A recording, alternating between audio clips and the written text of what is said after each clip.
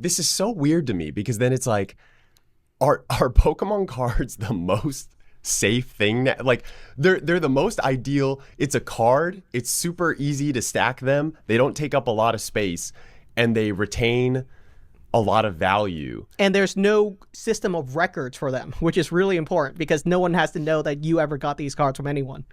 You know, And- so You know what? It's a little interesting that the card lounge is kind of talking about saying that Pokemon at the moment is probably the safest and best option for most people, most common people, to go ahead and put their money in, right? Because it's easy, it's untraceable, it goes up on value, it has a good track record of going up on value, and it doesn't help that probably Ascended Heroes as being not, I'm not gonna say being pumped, right? But we're seeing all the publicity, all the headlines that Ascended Heroes is doing, not only with the Mega Gengar, with the Forest Chew, but overall as a set that is going for the #1 most valuable set ever printed. That's kind of catching up to Tag Team, right? And this is a brand new set, but it's not all peachy, right? It's not all peachy because then we have that, but we have this story now. Answer: that a homicide occurred inside the apartment of one of the defendants. Her name was Dominic Camilla Olotigwe Quispe, and she was reported missing for quite some time. Investigators believe that she was murdered in one of their apartments, this Chilean couple. They, based on some of the other reports that I read, as well as what I was watching from broadcasts, they found surveillance footage that shows them taking her into an apartment, and she never leaves. Yeah. So then all of a sudden, in other parts of the world where maybe wealth is not in abundance, you know, I'm not going to go ahead and speak for them overall whatsoever, but if people are really using Pokemon as a way to accumulate wealth, or like how we talked about, set up themselves for like a retirement fund, we're hearing stories that a lot more people are leaving their jobs, their traditional jobs, to go ahead and sell and vend Pokemon, and they're making 6 figures in a year. But in some other places, people are dying over this, and this is insane. And are we really hearing about it here? Are we really hearing about this topic here in the United States? And I would probably say no. The closest thing that we've got was the story that I talked about like a couple weeks ago, or like a week ago, about the gentleman who shot the other guy at a store. Now, it turns out with a little bit more time, it was a little bit more of self-defense, where that guy was getting jumped by scalpers, she was getting robbed, but he had his weapon, you know, as part of his amendments, and he used it to defend himself. You know, according to one of the sources, you know, there could be multiple different sources, but according to that's one of the things. And like, so we have content creators who are saying this is the best thing that's ever happened to the hobby, but then we are really, the negative is not really being covered nearly as much. Now, I'm not saying either the card lounge is irresponsible for promoting it as such, because they're not the only ones at fault, right, per se. Every single Pokemon content creator, for the most part, has done a good job, like, of shelling the market, pumping the market, flexing their wealth, flexing their collection, showing their collector app, right? Because everything keeps going up currently at the moment, where, you know, if some people really do see this as the opportunity to, you know, break the shackles and, you know, be a little bit more free financially, you know, wherever there's money, there's bad problems, there's problems, right? You know, we do have scalpers. And even in the comment sections, you see it all the time whenever you're having like scalpers doing their scalping things and buying out a whole entire like store. And you see it in the comments the whole entire time. They're like, oh, yeah, sure, you can buy it for MSRP in the store, but it's free in the parking lot. And, you know, it's not one of those things where like Pokemon is immune to this. It's happened with multiple different things. It happened with the first release of the iPhones, the second release of the iPhones. You know, iPhones, back then, whenever they're first being released, I don't know if you guys were there for that, but you had stories that people were getting jumped for their iPhones. We saw it with the PS5. We saw it with the PS5 during COVID. We also saw it with the Switch, the initial Switch. These were things that were happening on a daily basis. People were getting jumped for those products. And look, Are we surprised? No, because I think there's so much attention on Pokemon, and a big portion of the content creators, their big focus is promoting how valuable Pokemon is. I mean, talk about how many people do we talk. I mean, we already talked about how many people do like market talks and where they follow the market. I'm not saying it's not important, but there's a big emphasis where a lot of these people are making money on talking about how expensive Pokemon hobby is. You know, there's multiple people doing this. Now, we did have an incident where Dean, right, where he got robbed at his personal place, and he also got robbed at a store. So as you can see, where there's money, there is crime, and we talked about this. Like, I won't be surprised. I'm not going to be surprised. Like, even though it is fantastic right now, that more organized crime kind of gets into the hobby, and we should be very careful.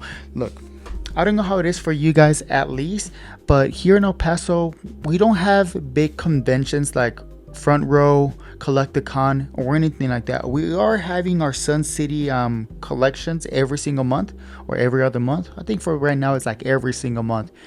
And they're pretty big. They're getting pretty big. It started a year ago, significantly small. Now it's pretty big. And honestly, it can be a little bit overwhelming, but the first day on a Saturday, whenever the first time that it became a 2-day show on a Saturday, there was a wait line. For the first time ever, there was a humongous wait line to get into the show, which is insane. The second day, or the day that I was able to attend to, not so much, but I enjoyed it. My friend took his son, and while he was looking to build his collection and his son getting involved in the hobby, even though I was just there kind of third wheeling, I also kind of felt responsible for the safety on my friend's son. And it just kind of gets me thinking, look, because even though the big shows are fantastic and you can find a lot of good deals, I feel like you can make a lot of moves in the smaller shows, like in the smaller pop-up shows that happen in your parking lots of like some of these restaurants. That's kind of one of those things that we're also seeing a lot here, and at least in the city of El Paso. You're starting to see a lot more smaller conventions pop out. And honestly, I think that's a fantastic time to go find some deals, because it's going to be the first time that some of these people are vending for the very first time. They're trying it out to see if they can actually do it, if they feel more comfortable before they step on the big leagues into one of the bigger shows.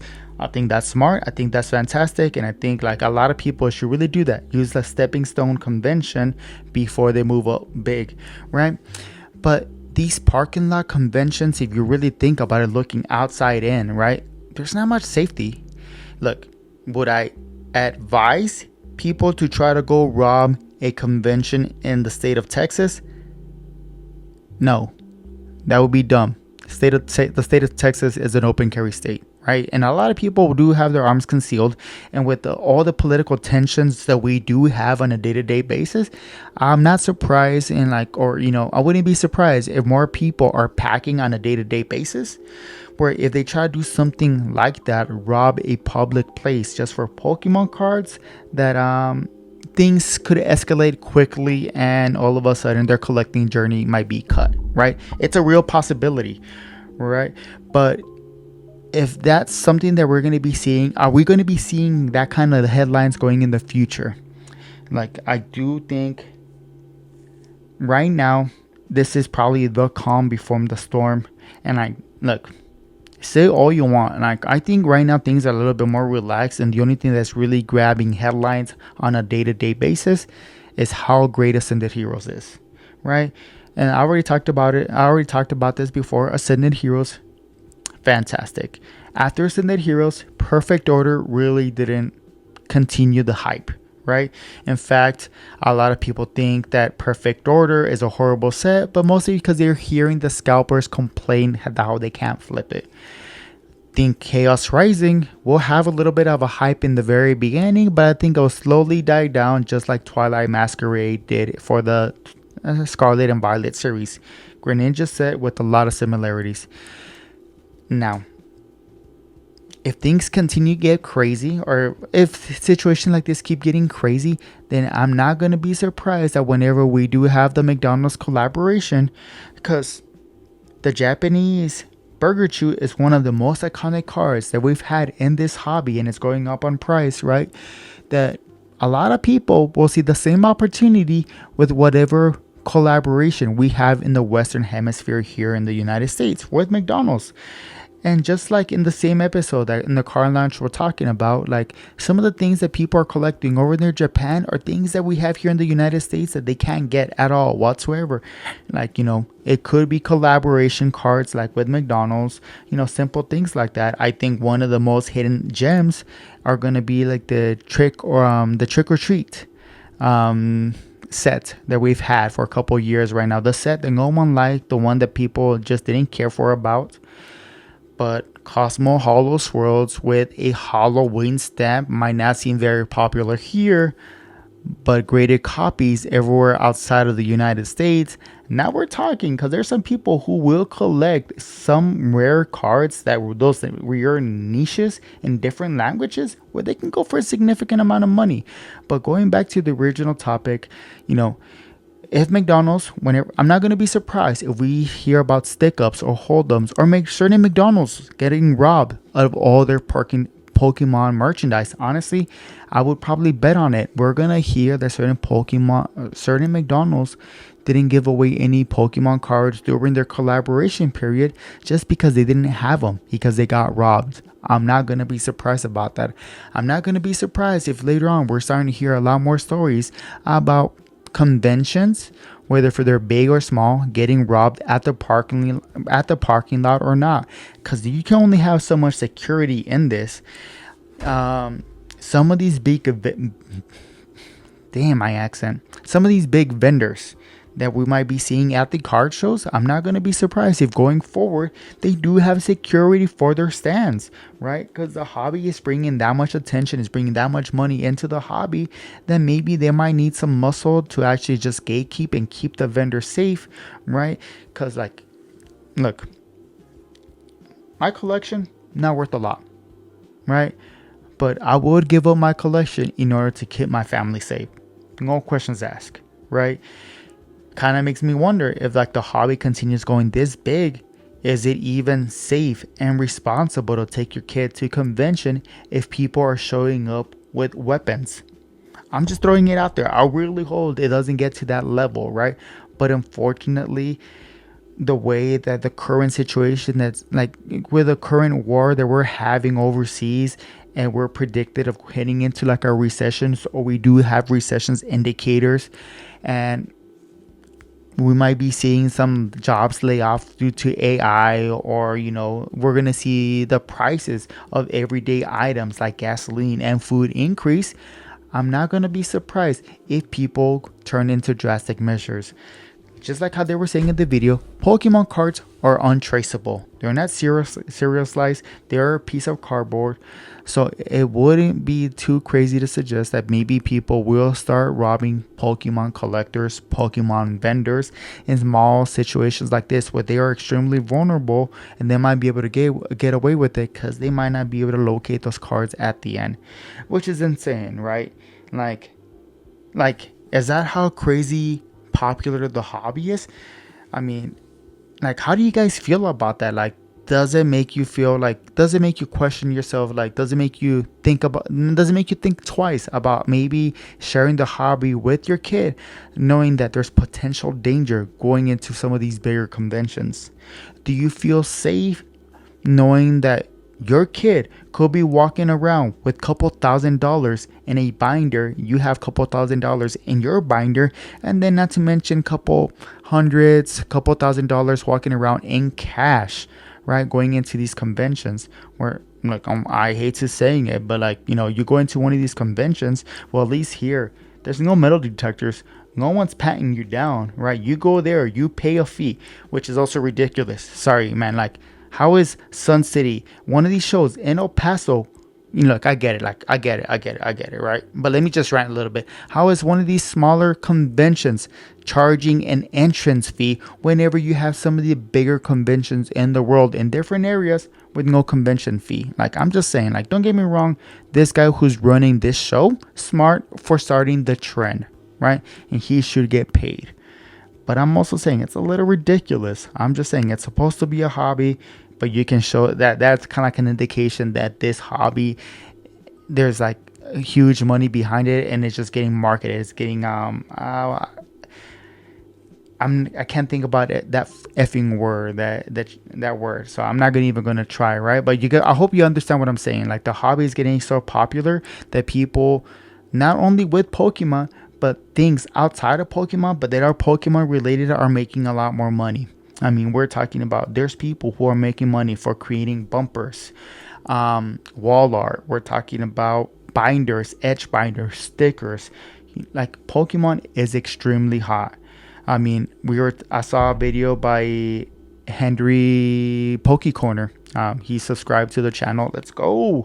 Honestly, thank you. Right. But where he was talking about, like, it's normal now to start seeing a lot more people, even in our age group, walking around with some Pokemon merchandise and, talking openly about it. And I talked about this before. Like, now I know how many of my coworkers are really getting into it. And now my coworkers' wives are getting into it because it goes up in their social media feed and they're seeing how much money they could potentially pull out of one single pack. Yeah, a lot more people are going to be coming out of the woodwork, right? But the hobby, what Henry was saying is the Pokemon hobby has gotten so big to fail, that it's too big to fail. And I kind of agree with it. I can kind of agree with it. Like, even if we start having negative publicity of shootings, of attacks, of robberies all over in these conventions, that it's not going to stop them. There's too much money that is not regulated through stocks, through crypto, through anything else for people to stop. I'm sorry, but half the time, like, we understand that most people are greedy. And now that there's a hard value associated to this Pokemon card, to this cardboard, don't be surprised if people turn to crime in order to try to enhance their lives, if you will, right? I'm gonna keep it at that. It's a heavy episode. I mean, let me know what your thoughts. Let me know how it makes you feel. If you have a family, does it make you think otherwise? Does it make you feel more vulnerable knowing that you have a collection at your homes and you have friends that know where you live? Personally, all my friends who have seen my collection and my inventory, I know exactly where they live too. It's not an invitation, nor is a threat, but I know. And they watch. So now you know that I know. Outside from that, I really do hope that you guys having a fantastic day, and I'll catch you guys next time. Peace.